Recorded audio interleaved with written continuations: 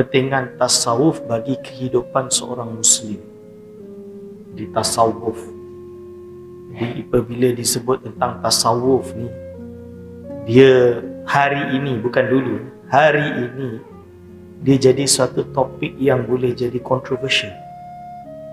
Padahal tasawuf ni fannun min fununil Islam, salah satu fan daripada fan-fan Islam yang sudah dibahas oleh ulama sejak zaman baginda sallallahu alaihi wasallam lagi.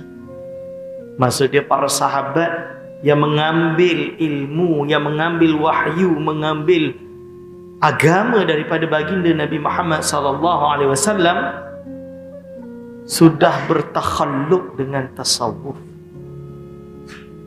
Hadirin wal hadirat hafizakumullah. Jadi ini bahayanya permainan persepsi media cyber war lah hari ini. Kalau dulu zaman Daulah Uthmaniyah, kita tahu Daulah Uthmaniyah. Daulah Uthmaniyah ni bahasa Inggeris dia Ottoman Empire. Khilafah Uthmaniyah. Itu bahasa Melayu dia Khilafah Uthmaniyah. Boleh kalah, runtuh akibat daripada tidak menguasai media di Turki pada waktu itu, dan juga negeri-negeri Islam lainnya tidak menguasai akhbar dan lain-lain. Walaupun hari ini setelah 100 tahun keruntuhan, sikit lagi lah 100 tahun keruntuhan Daulah Uthmaniyah, kita umat Islam ni sedih, betul ke tidak? Rasa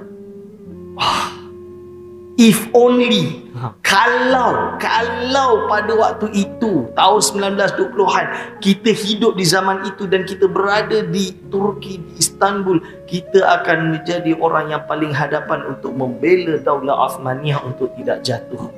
Kerana dengan keruntuhan Daulah Uthmaniyah, maka sekularisme tersebar menusuk setiap jantung pemikiran umat Islam di serata dunia dari hujung barat sampai hujung timur. Betul ke tidak? Ini fakta. Siapa umat Islam yang tak terima fakta ini, wallahualam lah nak cakap apa. Tapi kenyataan dia ada yang tak terima fakta ini. Salah seorang penulis